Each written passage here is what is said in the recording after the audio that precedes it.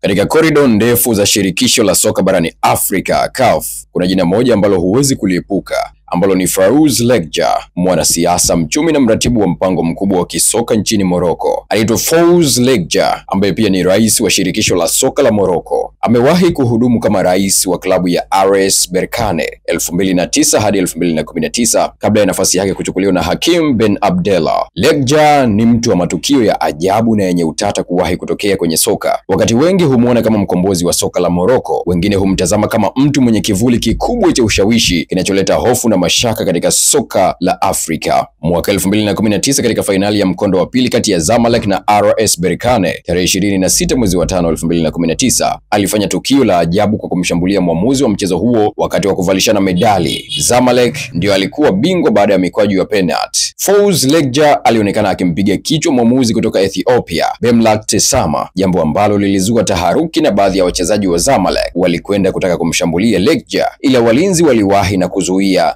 hilo lisitokee. Shirikisho la soka la Ethiopia halikufumbia macho, lilituma barua CAF wakilalamika kuhusu vitendo vya Lekjaa, ambaye pia ni rais wa 3 msaidizi wa shirikisho la soka la CAF, akichaguliwa siku kadhaa tu zilizopita. Na shirikisho la Ethiopia liliomba CAF wapeleke shauri hilo katika kamati ya maadili kwa hatua zaidi. Jambo likaenda kamati ya maadili na kesi kuanza kusikilizwa siku 6 kutokea siku ambayo kesi ilipelekwa, na baadaye kamati hiyo ikatoa majibu ya kuchekesha yakisema kuwa kamati imeshindwa kumtia hatiani Lekjaa kwa sababu hakuna ushahidi wa kutosha, licha ya kwamba ushahidi wa macho ulikuwepo, yani eyewitness, ambao walikwenda kusimama kama mashahidi. Jambo likapita hivyo na kuzua maswali kuhusu uadilifu wa shirikisho la mpira wa miguu CAF na jinsi ambavyo sheria zake zinavyopindishwa na watu wakubwa wenye mamlaka. Simba, jiandaeni kisaikolojia kuhusu Fawzi Lekjaa. Ni mtu ambaye hana fair play hata kidogo. Mwaka 2021 katika mashindano ya CHAN yaliyofanyika nchini Cameroon, waamuzi wa mechi kati ya Morocco na Cameroon walibadilishwa dakika za mwisho,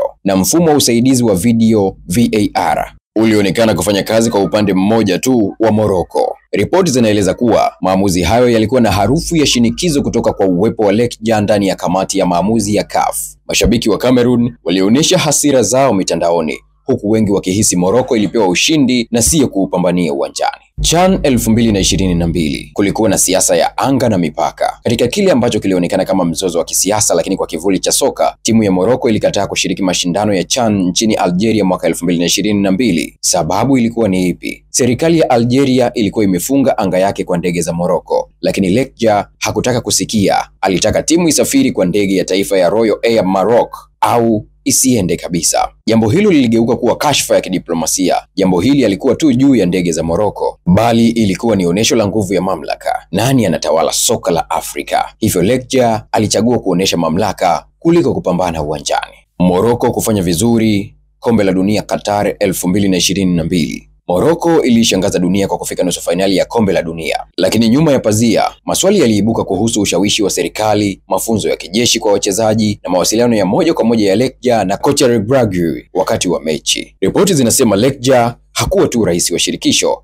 alikuwa kama kocha wa pili wa maamuzi mengi ya kiufundi yalikuwa yanapitishwa na ofisi yake. Hii ilikuwa timu ya taifa iliyokuwa ikiendeshwa katika mfumo wa maamuzi ya mtu mmoja ambaye ni Lekjaa, alisema ofisa mmoja wa zamani wa shirikisho la soka Morocco FRMF.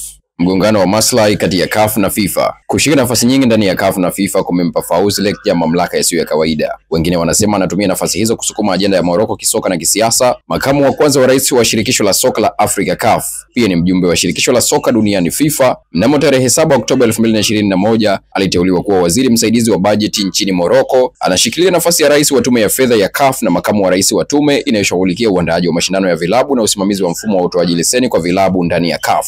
Je, Fawzi Lekjaa ni mwokozi wa soka la Afrika Kaskazini au ni kiungo muhimu wa njama kubwa inayonyonya maendeleo ya soka la Afrika kwa maslahi binafsi? Je, kivuli cha Fawzi Lekjaa kinasalia kuwa kirefu na chenye nguvu kuliko wengi wanavyoweza kukubali katika soka la Afrika? Kutokana na kinachoendelea kuhusu mabadiliko ya uwanja wa fainali kwa Simba SC kuchezwa Zanzibar,